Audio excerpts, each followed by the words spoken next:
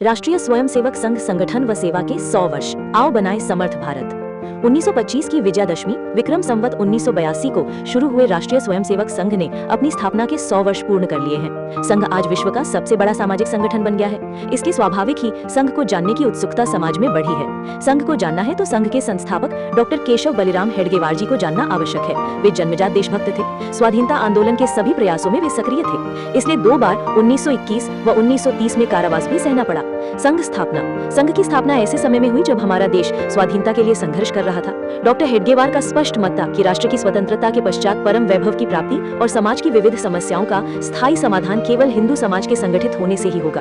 उन्होंने जाति, भाषा, वेशभूषा, प्रांत आदि विविधताओं को ही भेद मानकर असंगठित हुए हिंदू समाज को हिंदुत्व के आधार पर संगठित करने का विचार कर संघ की स्थापना की।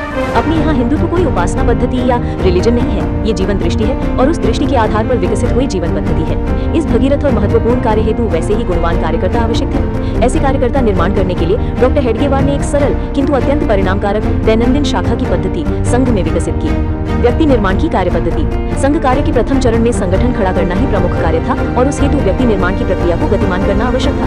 व्यक्ति निर्माण हेतु चलने वाली नित्य शाखा में स्वयंसेवक अत्यंत सामान्य दिखने वाले कार्यक्रम, खेल, व्यायाम, योगासन, गीत, कहानी, प्रार्थना आदि करते हैं, जो शाखा के बाहर भी समाज में किए जाते हैं। यही कार्यक्रम स्वयंसेवकों में साहस, धैर्य, शक्ति, राष्ट्रीय चारित्र, अनुशासन, देशभक्ति, सेवा आदि गुणों का निर्माण करते हैं। इन कार्यक्रमों की निरंतरता ही स्वयंसेवकों के संपूर्ण जीवन की दिशा और प्राथमिकताएं बदल देती है। तभी तो संघ सामान्य लोगों का असामान्य संगठन बना है। इसी कार्य पद्धति के कारण जो स्वयंसेवक निर्माण हुए, उनके आचरण के कारण संघ की समाज जीवन में सकारात्मक छवि बनी है। संघ यानी देशभक्ति, निस्वार्थ सेवा, अनुशासन, ये परिचय समाज के मन में स्थापित हुआ है। संघ कार्य का विस्तार। किसी भी क्षेत्र कार्य को उपहार, उपेक्षा, विरोध और स्वीकार्यता के चरणों से गुजरना पड़ता है, जैसे ही संघ को भी इन सभी चरणों से गुजरना पड़ा। किंतु श्रेष्ठ अधिष्ठान, उत्तम कार्य पद्धति और स्वयंसेवकों की निस्वार्थ देशभक्ति से भरे समरसता युक्त आचरण के कारण संघ समाज का विश्वास जीतने में सफल हुआ है। आज संघ का कार्य कश्मीर से कन्याकुमारी और कच्छ से अरुणाचल प्रदेश तक भारत के हर कोने तक पहुंच गया है। आज संपूर्ण भारत के कुल 924 जिलों में से 98.3% जिलों में संघ की शाखाएं चल रही हैं। कुल 6618 खंडों में से 92.3% खंडों यानी तालुका में, कुल 58,939 मंडलों में से 52.2% मंडलों में, 51,740 स्थानों पर 83,129 दैनिक शाखाएं तथा अन्य 26,460 स्थानों पर 32,147 साप्ताहिक मिलनों के माध्यम से संघ कार्य का देशव्यापी विस्तार हुआ है, जो लगातार बढ़ रहा है।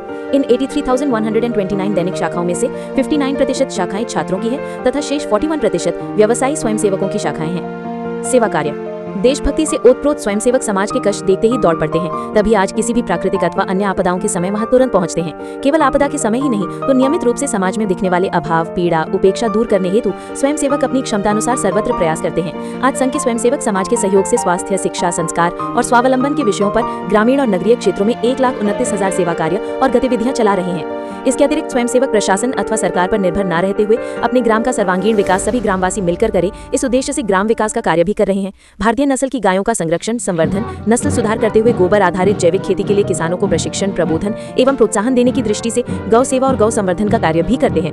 पंच परिवर्तन।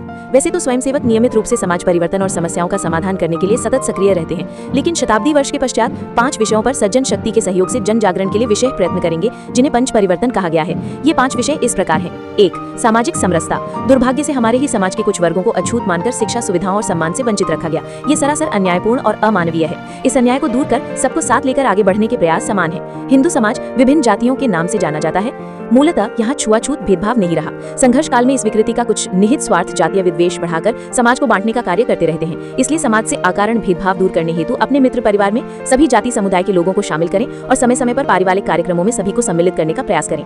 अपने घर या कार्यस्थल पर सहयोगी और सेवा देने वाले सभी से हमारा व्यवहार स्नेहिल हो और उन्हें किसी त्योहार पर परिवार सहित सम्मान पूर्वक आमंत्रित करें तथा उनके घर पर भी कभी आना जाना हो। सभी जाति एवं समुदाय के प्रमुख एक साथ बैठकर कुछ साझी समस्याओं और चुनौतियों पर विचार करने तथा उससे उबरने के सामूहिक प्रयास करें, यह आवश्यक है।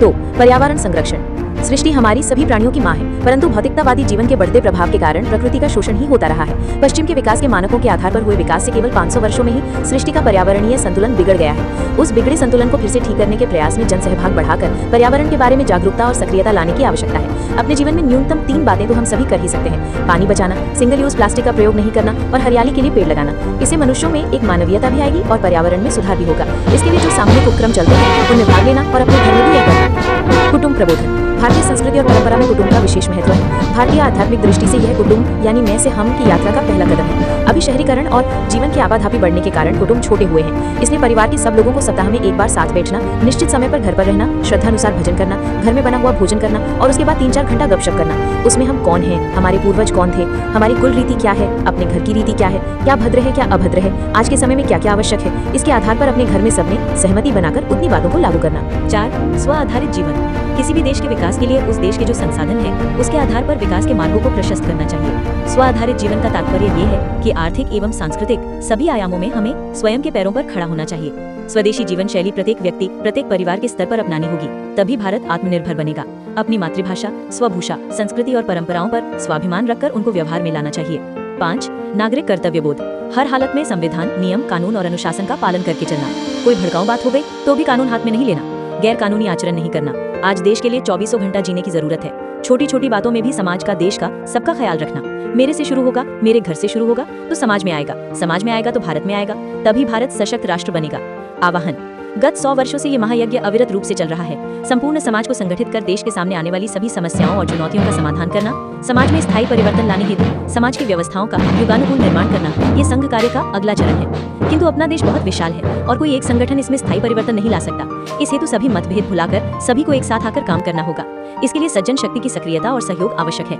अपनी पवित्र मातृभूमि को पुनः विश्व गुरु बनाने हेतु आज पुरुषार्थ करने का समय है। आप सभी माता, बंधु, भगिनियों से अपेक्षा है कि इस राष्ट्र कार्य में आप सभी अपनी रुचि व क्षमता के अनुसार सक्रिय भूमिका निभाएं। भारत माता के इस जगन्नाथ के रथ को खींचने हेतु सभी के हाथ और शक्ति लगे। आइए इस अमृत काल में सभी मिलकर अपने भगीरथ प्रयास से भारत माता को परम वैभव तक पहुंचाएं। भारत माता की जय।